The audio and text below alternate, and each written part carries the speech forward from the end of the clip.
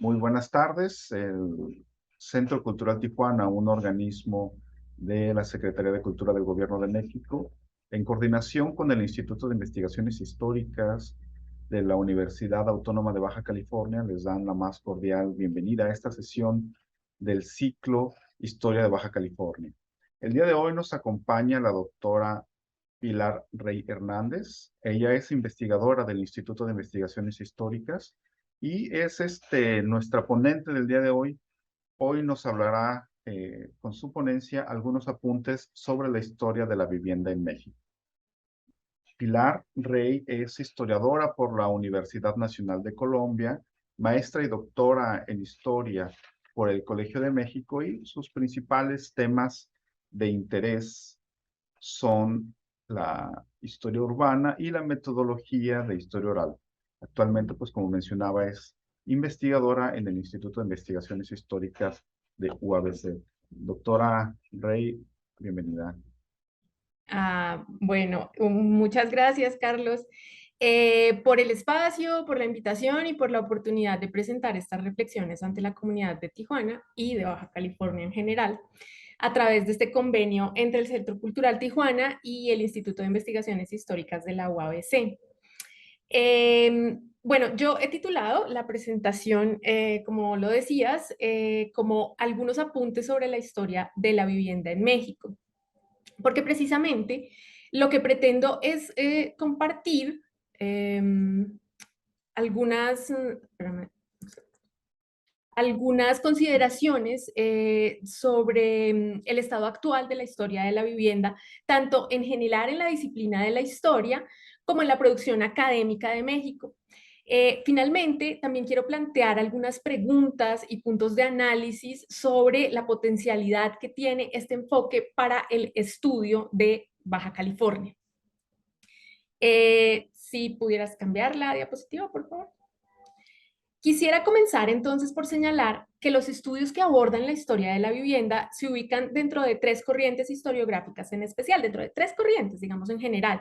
La primera es la de la historia de la arquitectura, la más tradicional, la que lleva más tiempo escribiéndose, pero cuya producción se ha hecho sobre todo desde la arquitectura precisamente y no tanto desde la disciplina de la historia, aunque existen trabajos escritos desde la historia que se preocupan específicamente sobre la arquitectura.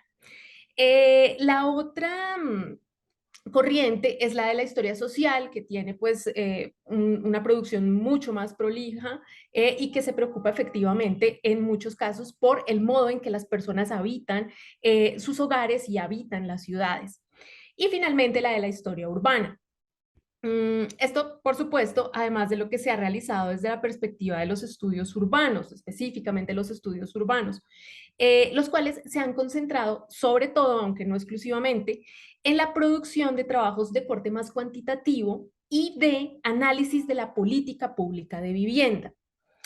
Eh, la pregunta por el lugar donde habitan las sociedades, donde habitamos los seres humanos, por supuesto, comprende todos los periodos y los espacios geográficos y se ha ido moviendo de acuerdo con las preocupaciones de los y las investigadoras en cada uno de sus presentes. No es un secreto para nadie que las preguntas que nos hacemos los historiadores y las historiadoras tienen que ver con las cosas que nos preocupan en el presente, con las cosas que nos preocupan sobre el futuro.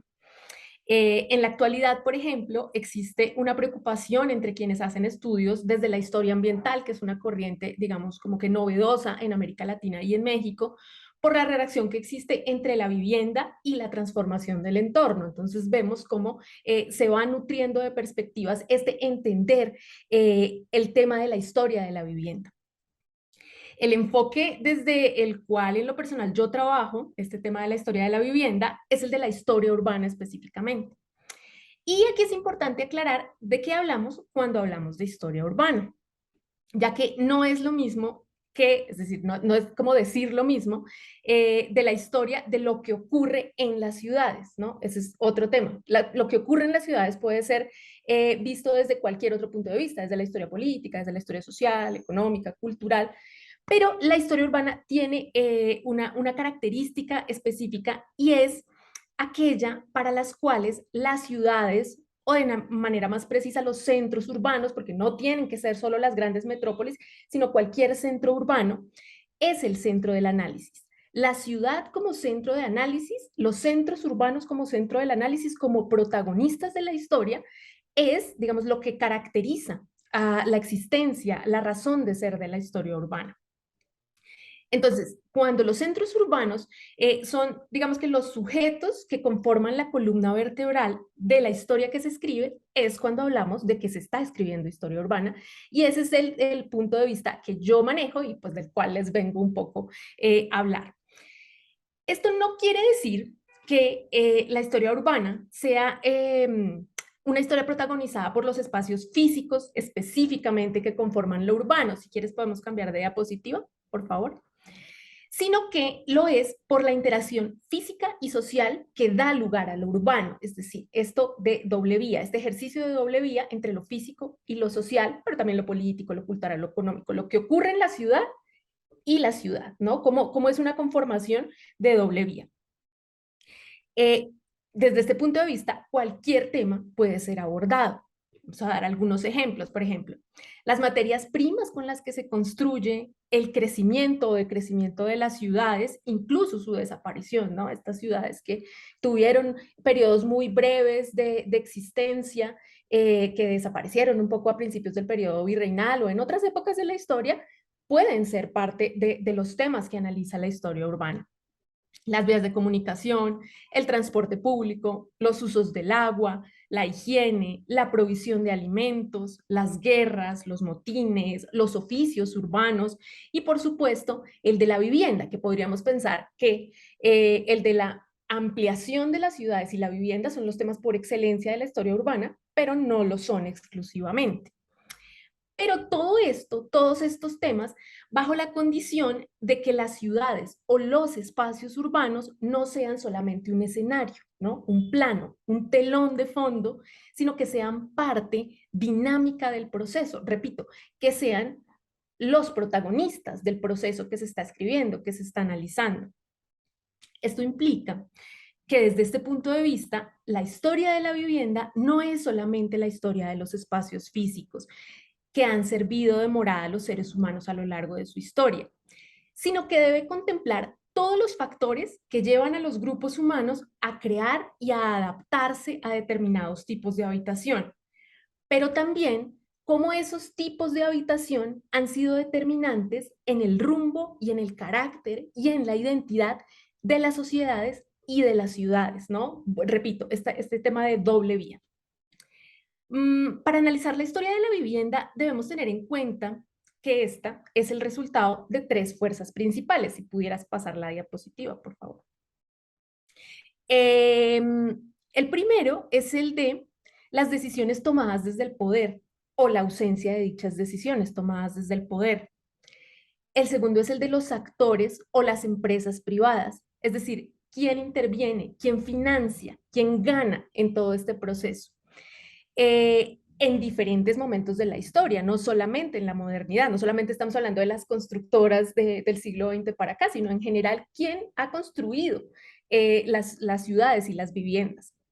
Y finalmente, las decisiones que toman los grupos sociales, ya sea desde la movilización social organizada propiamente dicha, como desde el simple hecho de ser un usuario cotidiano de una vivienda, como lo somos todos y todas, ¿no? Entonces, no es solamente un tema de imposición de cómo se diseñan las viviendas, de cómo se dice que tienen que vivir las personas, de dónde sacar el dinero para construir esas casas, de cómo pagarlas, sino también el hecho de que quienes usamos las viviendas tomamos decisiones respecto a ellas, decidimos cómo habitarlas, las adaptamos a nuestras necesidades o las cambiamos en un momento determinado para el hecho de cómo estaban pensadas. Esa dinámica es un poco la que, desde mi perspectiva, tengo en cuenta, precisamente porque lo hago desde la historia urbana, para reconstruir el tema de la historia de la vivienda, o sea, es decir, de la vivienda en la historia.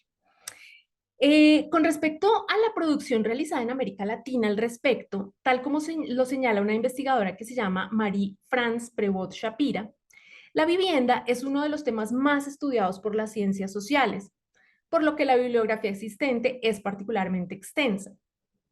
Prevost Shapira afirma que, sin embargo, es posible distinguir dos corrientes en debate.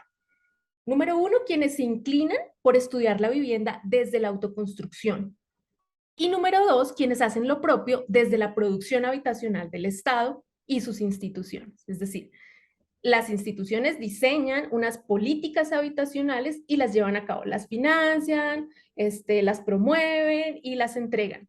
Pero todo lo demás de cómo se realizan las construcciones por parte de las propias personas, de las propias familias que buscan unas estrategias, es otro de los temas de interés de la producción en general sobre la vivienda en América Latina. Y con esto no hago solo referencia a la historiografía, sino en general a las ciencias sociales. Aquí es importante hacer una aclaración, porque si bien los trabajos de historia urbana o sobre la ciudad que existe en América Latina cubren diferentes periodos, es decir, desde el periodo prehispánico hasta nuestros días, pasando por supuesto por el virreinato, el siglo XIX, etcétera. La verdad es que lastimosamente los estudios que se concentran en la vivienda tienen que ver sobre todo con procesos ocurridos de mediados del siglo XIX para acá, de mediados del siglo XIX y el siglo XX sobre todo. Y eso tiene que ver con dos factores principales, que durante este periodo las ciudades crecieron como nunca antes, ¿no? Y la concentración de población que trajo eso como resultado hizo que lo que en el siglo XX se denominó el problema de la vivienda se volviera un tema de interés, adquiriera mayor relevancia. Todo eso de que las ciudades crecieran, de que mucha gente más las habitara y que necesitara más viviendas para vivir y las élites un poco tuvieran que tomar decisiones y la gente que llegaba a vivir a las ciudades tuviera que tomar decisiones al respecto, implica que hay muchas más fuentes disponibles para estudiar el tema de la vivienda. No porque en periodos anteriores la gente no haya tenido una preocupación por la vivienda, no haya tenido que habitar los espacios, pero indudablemente existen menos fuentes. Entonces, al haber esta abundancia de fuentes, por supuesto que la mayor parte de los estudios históricos en México y en América Latina se concentran del siglo XIX para acá, pero especialmente durante el siglo XX. Para el caso mexicano, podríamos destacar algunas de las líneas de investigación que han hecho más presencia alrededor de la historia de la vivienda. Una de ellas es la de la producción habitacional. Y efectivamente, como señalaba Prevost Shapira, para América Latina, acá en México también existen dos vertientes, la de la producción habitacional de las instituciones públicas y la de la autoconstrucción. Podríamos citar como ejemplos los trabajos, por ejemplo, de Marta Steingart y Boris Greisbord en relación con la producción habitacional del Estado, o los de Manuel Perló, que se enfocan en políticas habitacionales de un sexenio en particular, como ese, en el caso de Manuel Perló, el de Lázaro Cárdenas. Y también podríamos citar los trabajos de Ángela Giglia y Emilio Duau para el tema de la autoconstrucción. Pero estos son un ejemplo de los muchos estudios que hay, porque por supuesto cada día crecen en número los trabajos de este tipo y constantemente se están elaborando tesis doctorales y tesis de maestría que retratan no solo las instituciones o los gobiernos del nivel federal, sino también del nivel local, ¿no? Un poco como los jefes de gobierno, como los gobernadores de los estados y las instituciones estatales también han realizado lo propio en cada uno pues, de los estados de la República. Si bien es cierto que en términos numéricos la Ciudad de México es el lugar sobre el cual se produce una mayor cantidad de estudios sobre historia urbana y sobre historia de la vivienda, también lo es que desde hace un buen tiempo se está escribiendo historiografía sobre otras ciudades mexicanas y para la parte final de esta presentación me gustaría hablar específicamente del caso de Baja California. Pero antes de eso, si pudieras por favor cambiar la diapositiva. Quisiera presentar uno de los temas que considero como punto de inflexión para entender la historia de la vivienda en México y en América Latina, específicamente durante el siglo XX, y que en parte ha ayudado a marcar el rumbo de cómo habitamos en las ciudades hasta la actualidad, ¿no? Y se trata del movimiento conocido como el modernismo. El movimiento moderno, que pues, a muchas les debe sonar, porque es muy famoso, fue un referente por excelencia de la primera mitad del siglo XX, es decir, surge durante la primera mitad del siglo XX. Y los debates que esta corriente y dentro de ella la del funcionalismo generaron en México a partir de la década de los 20 fueron, repito, un punto de inflexión en la arquitectura, en el diseño, el urbanismo y la planificación de las ciudades mexicanas y por lo tanto de los lugares en los que se pensaba que habitaran las personas. El crecimiento urbano representó en ese escenario lo que el arquitecto Mario Pani denominaba un problema y una oportunidad. Se trataba entonces como de un lienzo donde, en términos ideales, ¿no? Donde se podían materializar los diferentes postulados de lo que se consideraba más adecuado para el futuro de las ciudades y más adecuado para la vida de las personas, sobre cómo debían vivir. Espacios más aireados, más iluminados, que se aprovechara mejor el espacio de las ciudades que estaban creciendo y se necesitaba donde alojar a las personas. Los diferentes proyectos estatales de infraestructura y vivienda y la creación de instituciones públicas que patrocinaron construcciones y monumentos a nivel nacional funcionaron como un horizonte de oportunidad para el despliegue y la adaptación de las nuevas tendencias arquitectónicas. Pero el modernismo es importante no solo por el diseño de las viviendas, por el diseño de las edificaciones, sino por en general la idea de cómo debían seguir creciendo las ciudades. Es decir, las ciudades estaban saliendo de un periodo larguísimo en el que crecieron muy poco respecto a sus centros durante el periodo virreinal. Durante el siglo XIX crecieron en alguna medida, empezaron a alojar otros tipos de, no sé, por ejemplo, fábricas, a crecer en términos generales, pero fue durante la primera mitad del siglo XX que se dio por primera vez la necesidad de ensanchar las ciudades y entonces eso llevó justamente a la adopción de estas tendencias que no eran exclusivas de México, sino que venían, por supuesto, de Europa y de Estados Unidos y tuvieron un impacto muy importante en América Latina. Este movimiento nació a partir de los cambios estéticos que ocurrieron durante el siglo XIX y pues sobre todo a partir de la Primera Guerra Mundial. El eslogan que acuñó el arquitecto estadounidense Louis Sullivan, que se llamaba, pues decía como la forma sigue a la función, fungió como el aglutinante de la identidad de este movimiento. Y fue allí donde surgió el término justamente funcionalismo, es decir, que los espacios estuvieran pensados para su función y no tanto para su estética, para que sirvieran para que la gente viviera mejor y no para que se viera bonito, ¿no? Era un poco una idea de la arquitectura y del arte de querer servir menos a las élites y servir más a los sectores trabajadores que en ese momento tenían tanta preponderancia a nivel internacional. El contexto en el que se gestó ese movimiento fue el de la revolución arquitectónica que estaba consolidándose en la década de los 20 en general en el mundo, paralela al cubismo y al arte abstracto, que estaban revolucionando la pintura. Pero también es importante considerar el triunfo de la revolución bolchevique y su búsqueda de posicionarse mediante las formas y la planeación de las ciudades, ¿no? Bueno, el surgimiento de ciudades grandes, planificadas, con un tipo de arquitectura, digamos que muy sobria y muy pensada para que mucha gente habitara, digamos como que en un solo centro construido. La escuela alemana de diseño y arquitectura conocida como la Bauhaus fue una de las principales promotoras del modernismo. Los postulados de la Bauhaus y de Walter Gropius, el cual fue su fundador y director, estaban relacionados con el hecho de que la arquitectura sirviera justamente, como les decía, a las clases trabajadoras y no solo fuera una cuestión de dinero, no fuera una cosa solo para las élites, como venía siendo costumbre desde el siglo XIX. La arquitectura modernista, o la corriente más bien modernista, se puede dividir a su vez en dos como subcorrientes. La primera fue la de los urbanistas progresistas o radicales. Esa corriente proponía una relación integral de los seres humanos con la naturaleza. Y algunos de sus representantes pues, fueron justamente Gropius, de la Bauhaus, Charles Fourier, Joseph Proudhon y un arquitecto muy conocido en toda América Latina que fue Le Corbusier, el francés, un poco del cual los arquitectos más afamados de cada país de América Latina un poco lo tomaron como inspiración. Aquí, pues por supuesto, tuvimos a Mario Pani, pero eso tuvo sus réplicas en Venezuela, en Colombia, en Argentina, un poco la apropiación de las ideas de Le Corbusier. Y estos espacios, a imagen y semejanza de lo que había hecho Le Corbusier, de lo que había planeado Le Corbusier para París, que era la Ville Radieuse, poderlo hacer así en estas ciudades que estaban recién creciendo. Entonces los arquitectos lo pensaban un poco como de, bueno, tenemos todas las posibilidades.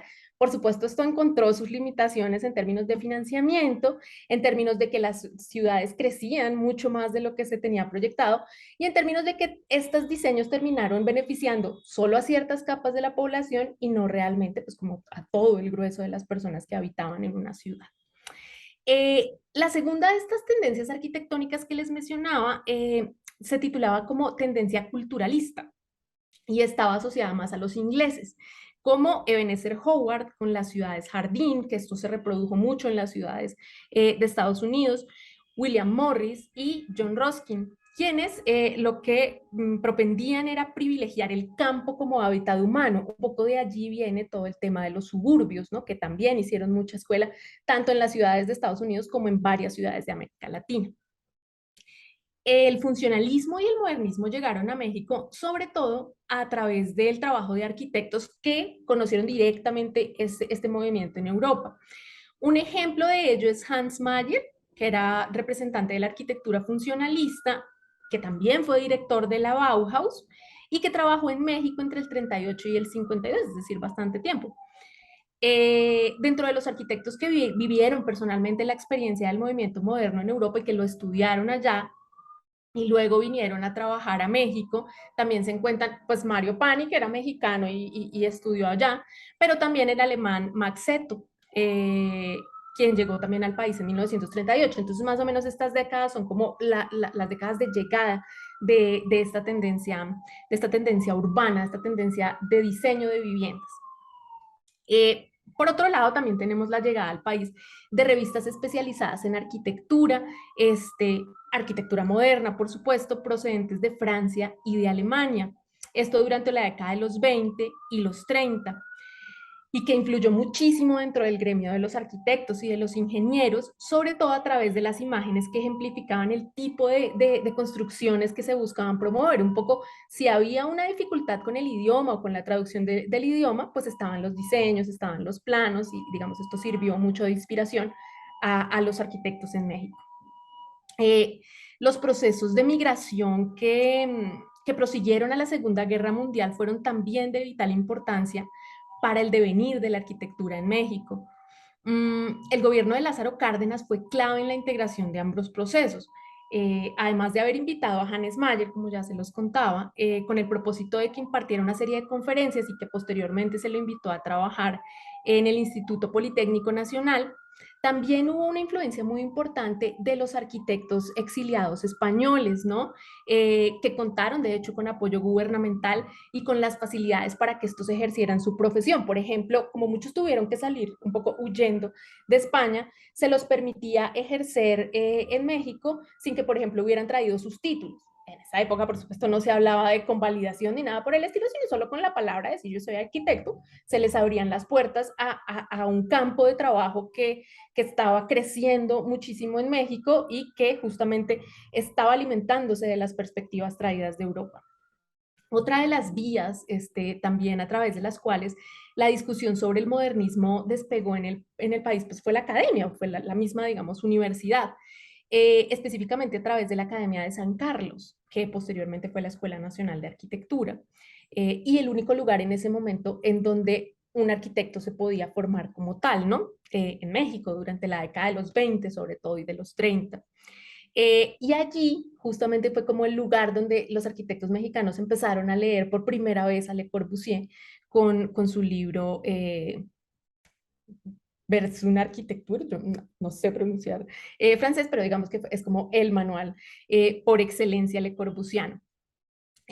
La lectura de ese texto fue promovida por los profesores de la Academia de San Carlos y, por ejemplo, digamos, como uno de sus estudiantes, el más, digamos, como el primer arquitecto en haber trabajado el funcionalismo en México, aunque hay unos debates, pues fue Juan O'Gorman, ¿no? Formado justamente allí en San Carlos durante la década de los 20 y pues que fue el que diseñó las casas estas muy famosas de Diego Rivera y Frida Kahlo en San Ángel, que es como la primera casa funcionalista, específicamente funcionalista. Quien la visite podrá ver un poco que es realmente una casa muy sobria, pero es el ejemplo pues del primer funcionalismo en México, que ya era como muy llevado al extremo y que luego fue muy criticado. Y un poco eso ha sido como objeto de muchas revisiones. Eh, pero se supone que otros arquitectos hicieron lo propio, justamente financiados por personas que tenían dinero para mandar a hacer este tipo de construcciones. Entonces vemos otra vez cómo esto es un tema que llega más a las élites y que trabaja un poco más para las élites, aunque es adaptado también por las instituciones públicas, por ejemplo, a partir del diseño de los multifamiliares y también digamos, como que las primeras instituciones de vivienda, como el Instituto Nacional de la Vivienda, que precedió al Infonavit y al Fobiste, empezaron a adaptar también, a beber un poco de estas aguas para los diseños que iban a ser propuestos como viviendas mínimas para los sectores trabajadores de ahí en adelante. Entonces es un poco cómo llega, cómo se adapta y cómo poco a poco, digamos, un poco va filtrando el tipo de construcciones en las cuales la gente va a empezar a vivir en todas las ciudades mexicanas. Pero por otro lado, por supuesto, tenemos que tener en cuenta que está todo este tema de la autoconstrucción, que no va a hacer caso, no va a obedecer mucho a la tendencia modernista de construir en altura, de utilizar espacios abiertos, ventilados, de las grandes manzanas, sino que va a poblar las ciudades un poco en la medida de las posibilidades y de las necesidades. Entonces, estas dos vertientes, la autoconstrucción y un poco el diseño de las ciudades, tienen ese choque es el que da como resultado un poco la historia de la vivienda en las ciudades mexicanas y son las que siempre hay que tener en cuenta.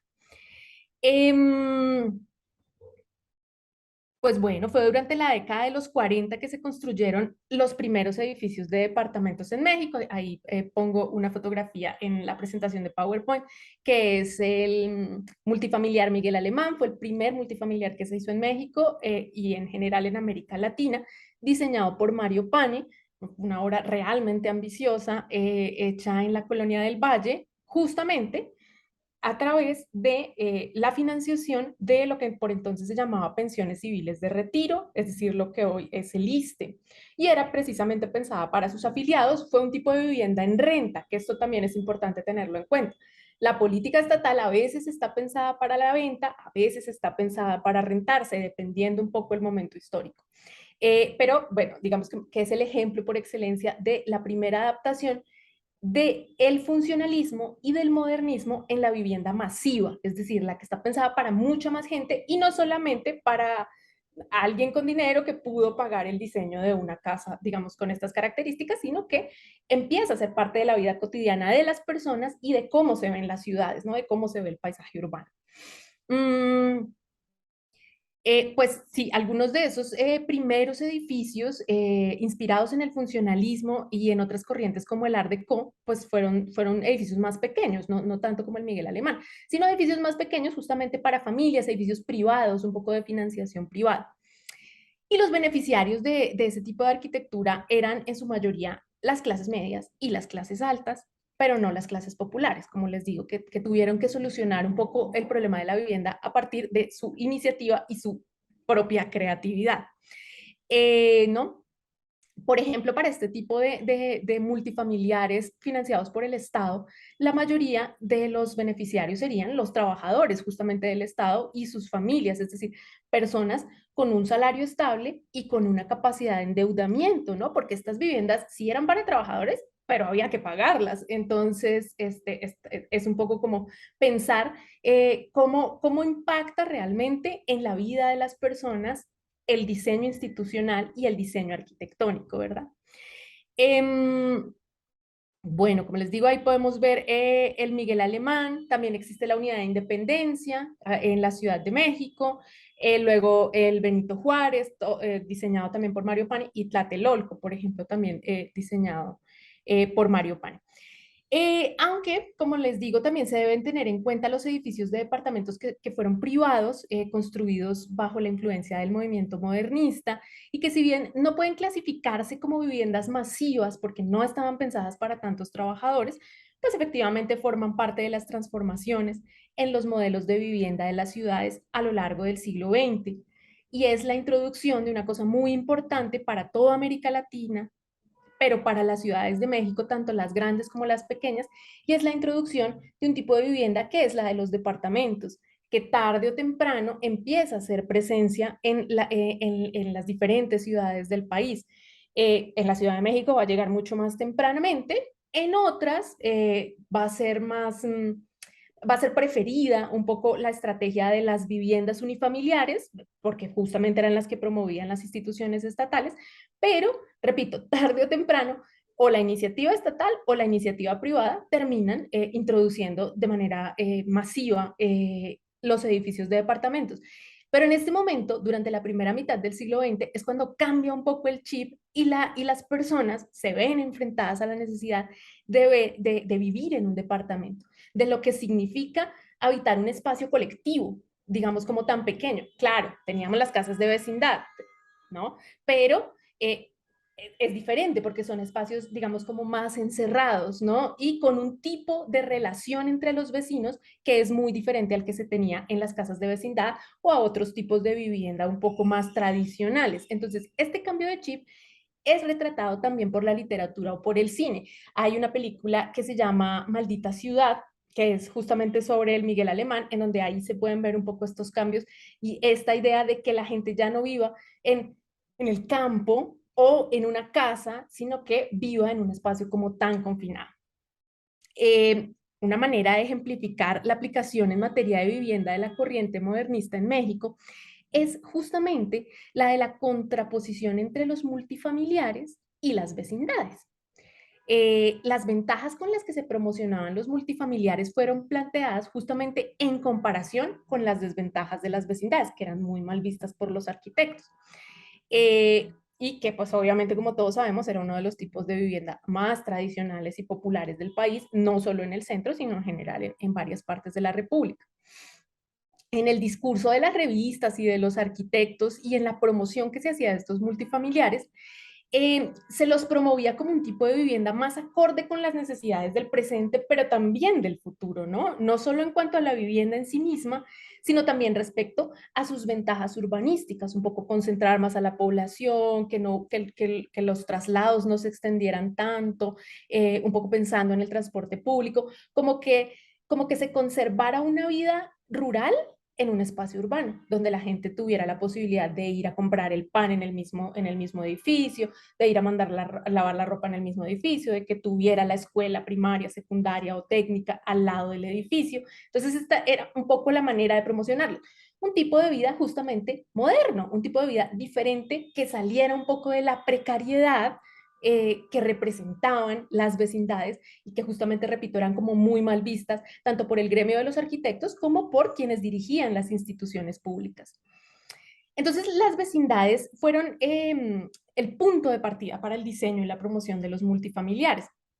Un investigador de la Universidad de Texas en Austin sostiene que, por ejemplo, el multifamiliar Miguel Alemán o también el de Tlatelolco fueron diseñados justamente como antítesis de estos espacios, de las vecindades, pero tomaron de ellos para estructurar su oposición absoluta, ¿no?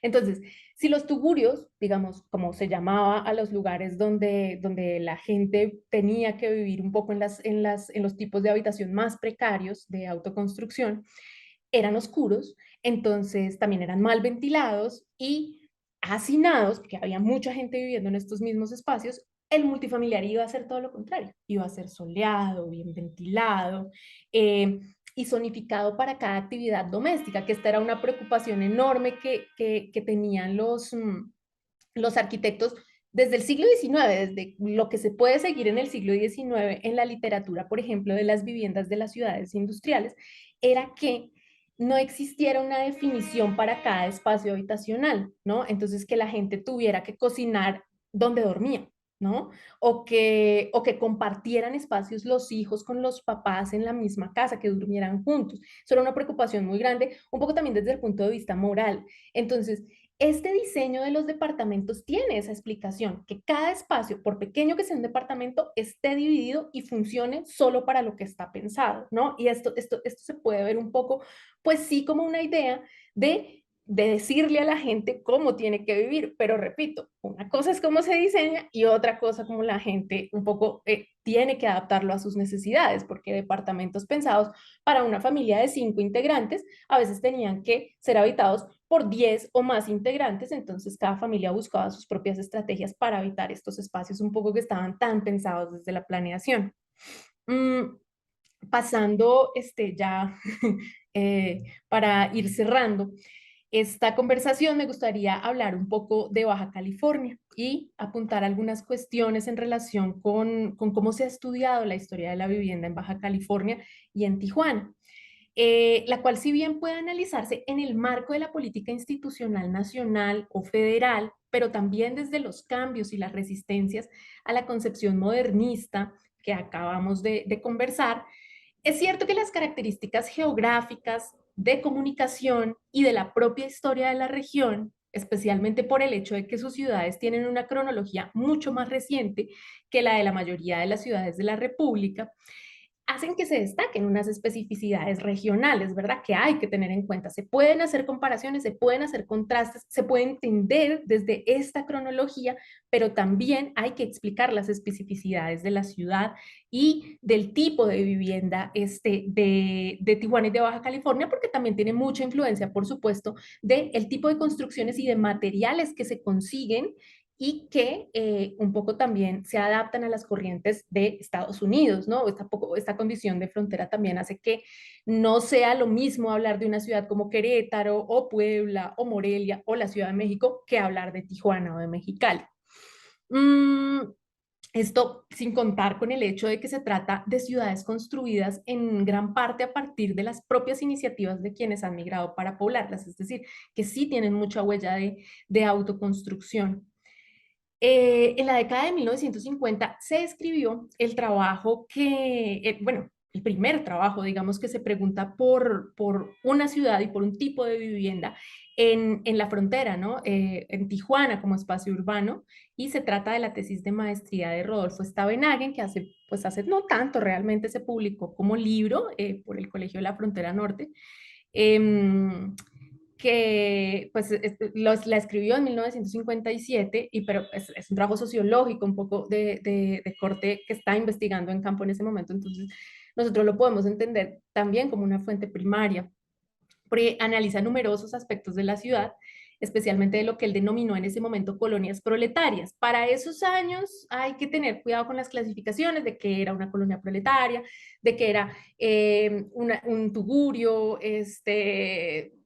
invasión, autoconstrucción, todos estos son términos que van a depender un poco del lugar y del año del que estemos hablando, pero las instituciones, así como la que les comentaba, el Instituto Nacional de la Vivienda o el Banco Nacional Hipotecario Urbano y de Obras Públicas, que hoy es Banobras, hacían sus propios estudios y sus propias clasificaciones de los tipos de vivienda que, digamos, poblaban los centros de las ciudades, ¿no? Entonces, vecindades, colonias proletarias, luego estarían los fraccionamientos, los multifamiliares, todas estas como diferencias, pero digamos que el término que utilizó Rodolfo Stavenhagen para Tijuana, pues digamos como para las colonias populares de Tijuana, fue el de colonia proletaria, que de acuerdo con el autor, estas eran un poco más de 20, es decir, estamos hablando en realidad de un espacio urbano pequeño todavía en el 57. Y uno de los aspectos que más trabaja este autor en este trabajo es precisamente el de la vivienda. Encontramos muchas descripciones, ¿no? Muy detalladas de las viviendas, de las vías de acceso a las viviendas, de los servicios públicos con los que las viviendas contaban en aquel momento, o más bien con los que no contaban en aquel momento.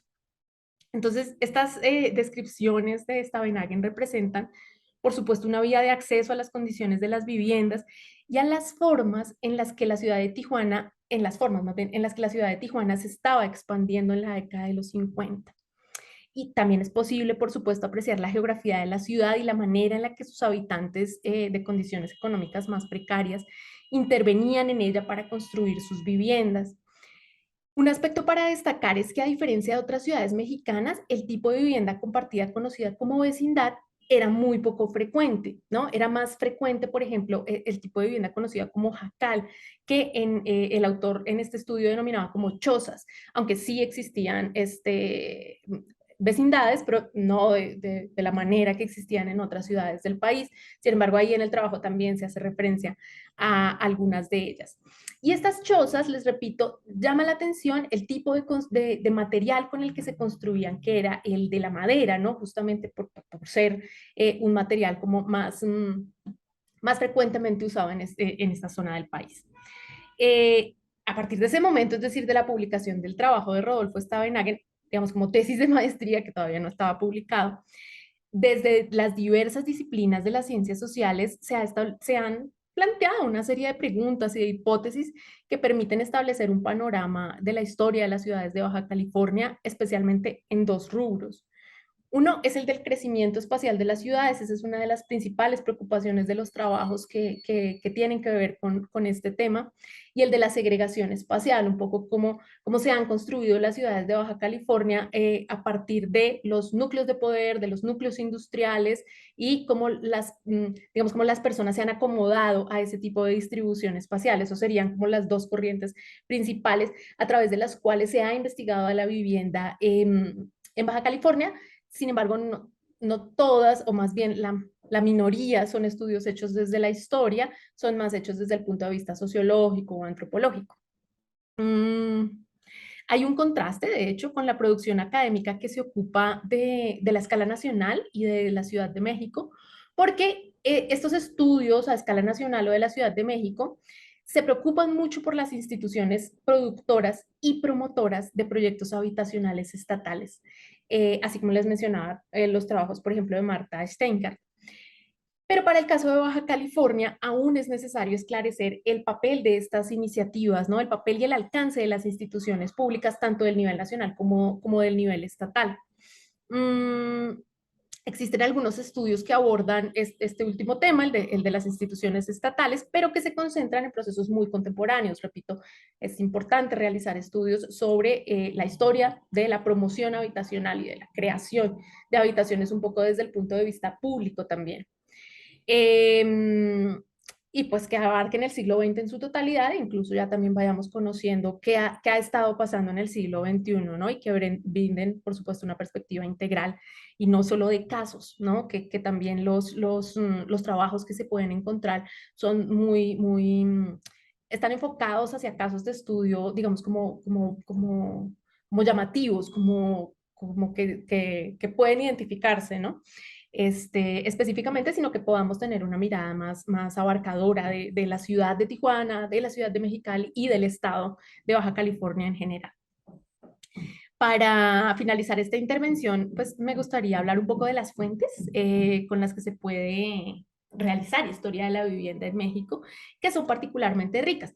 Bueno, me van a decir, cualquier corriente historiográfica tiene muchos tipos de fuente que se pueden emplear. Sin embargo, pues quisiera destacar que el escenario para entender el tema de la historia de la vivienda constituye un escenario donde hay una riqueza importante de fuentes que van desde las más tradicionales, que utiliza la disciplina de la historia, como son la prensa y los archivos personales y pues institucionales, empresariales, pero también los propios espacios físicos que constituyen las viviendas y que han constituido la evolución de las viviendas. También el cine, la literatura y algo muy rico también, que es el de la historia oral, ¿no? La metodología de la historia oral.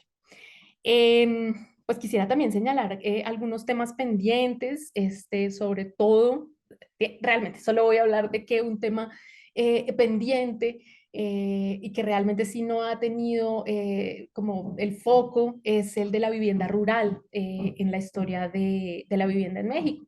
Pero en realidad, esta es esta charla es más una invitación a quienes se encuentren dentro de la disciplina de la historia o de las ciencias sociales en general, a los cronistas, a las cronistas y a las comunidades en general, a que nos acerquemos a esta línea de investigación y a que pensemos de manera colectiva cómo nos afecta en la vida cotidiana, en el día a día, el lugar en el que habitamos y como este siempre es un tema vital, de vital importancia para comprendernos históricamente y, por supuesto, para construir proyectos también para pensarnos a futuro. Y bueno, yo lo dejaría por ahí y muchas gracias. Muchas gracias, doctora Rey. Esclarecedora su ponencia sobre cómo ha sido el desarrollo de la construcción de la vivienda en México. Y bueno, recordemos que Tijuana fue la primera ciudad donde se construyó un Infonavit. Incluso la primera sede del Instituto de Investigaciones Históricas fue ubicado en Lomas del Porvenir, si mal no recuerdo. Vamos a dar el correo de atención al público @secut.gov.mx. Por si alguien tiene alguna duda o pregunta, nosotros se la haremos llegar directamente a la doctora y ya nos podrá responder. Y los seguimos esperando a estas sesiones de Historia de Baja California que el Secut y el Instituto de Investigaciones Históricas nos traen. Pues por nuestra parte, muchas gracias, doctora Rey. Pues nos seguimos viendo por acá. Muchas gracias. Saludos.